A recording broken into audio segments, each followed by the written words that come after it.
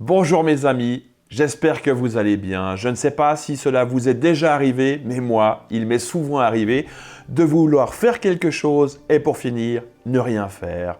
Je me disais que je le ferais plus tard ou qu'avec toutes mes obligations, je n'avais tout simplement pas le temps de le faire. C'est vrai, entre mon travail, mes 4 enfants, ma vie affective, mes amis, je ne voyais pas comment je pouvais encore ajouter quelque chose de plus, même si cela me semblait important. Je serais presque prêt à parier que vous aussi, vous avez déjà eu ce genre de raisonnement. Soyons honnêtes, nous sommes tous pareils, en tout cas de temps en temps. Mais si l'on pousse l'honnêteté un peu plus loin, on se rend compte que très souvent, ce ne sont que des excuses. Des excuses que nous donnons aux autres, mais surtout que nous nous disons à nous-mêmes. À force de nous les répéter, nous les prenons comme vérité. Elles deviennent en définitive des croyances limitantes qui nous permettent de moins nous sentir coupables et d'être moins frustrés par rapport à tout ce que nous souhaiterions faire et que nous ne faisons pas. Mon propos n'est pas là pour que vous culpabilisiez, mais comme je l'ai dit il y a quelques instants, nous sommes tous pareils. Peut-être que vous vous dites que j'exagère, bien entendu, vos journées sont chargées, bien entendu, vous avez de nombreuses obligations. Cependant, si l'on est intègre avec soi-même, il y a de fortes chances que vous aussi vous acceptez l'idée qu'en définitive, nous nous trouvons des excuses qui nous empêchent de passer à l'action, même que nous faisons parfois preuve d'une grande créativité pour en trouver. Aujourd'hui, j'ai choisi de parler du temps, ou plus précisément du temps que nous n'avons pas. Dire ou se dire que l'on n'a pas le temps de faire ceci ou cela est sans doute l'excuse la plus courante. Combien de fois avez-vous entendu une personne vous dire qu'elle n'a pas le temps ? Peut-être même que vous l'utilisez régulièrement, lorsque l'on vous demande quelque chose ou lorsque vous avez le sentiment de ne pas faire les choses que vous devriez.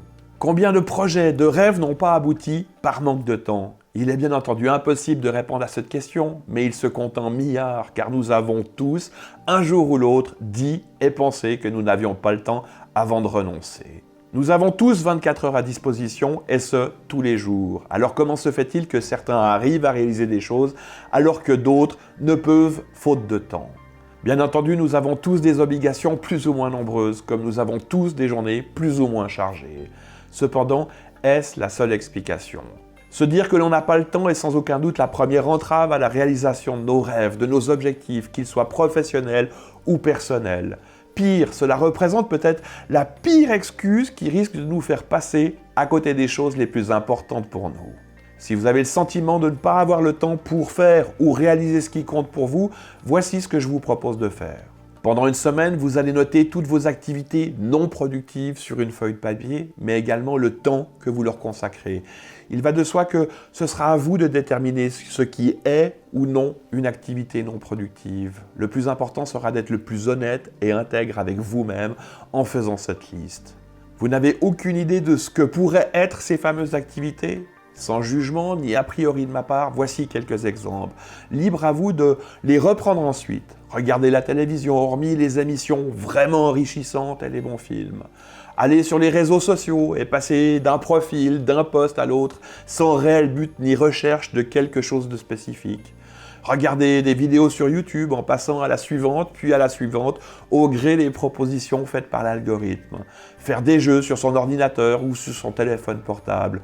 Contrôler 40 fois par jour ses emails, son compte Facebook ou Instagram pour voir les commentaires ou les messages que l'on a reçus ou tout simplement surfer sans but ni aucun autre besoin que de se divertir. En clair, toutes ces activités que vous faites au cours d'une journée en mode automatique, que vous faites par réflexe ou par ennui. Je n'ai donné que des exemples numériques, mais il est bien possible que vous ayez d'autres habitudes, d'autres automatismes dans votre vie quotidienne. Néanmoins, je n'ai pas donné ces exemples par hasard. Selon Médiamétrie, nous passons en moyenne 3h30 par jour devant la télévision et 1h37 sur nos téléphones ou nos ordinateurs. Je ne dis pas ça pour fausser votre analyse. À la fin de la semaine, reprenez toutes vos notes et calculez le temps que vous avez consacré au cours des 7 derniers jours à ces diverses activités. Combien de 2 minutes par-ci, de 5 minutes par-là font à la fin de la semaine ? En clair, combien de temps avez-vous perdu, selon votre propre critère, durant une semaine entière ? N'y voyez aucun jugement de ma part, car nous sommes tous pareils, moi y compris, mais cela représentera très certainement plusieurs heures par jour, ou en tout cas par semaine.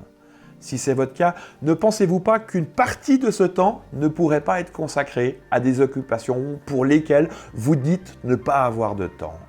Je dis une partie car il n'y a pas de mal à se distraire, à se changer les idées, mais imaginons que vous preniez que 10 minutes par jour sur vos occupations non productives. À la fin de la semaine, cela représentera déjà plus d'1 heure consacrée à quelque chose d'important et au bout d'une année, plus de 2 jours entiers.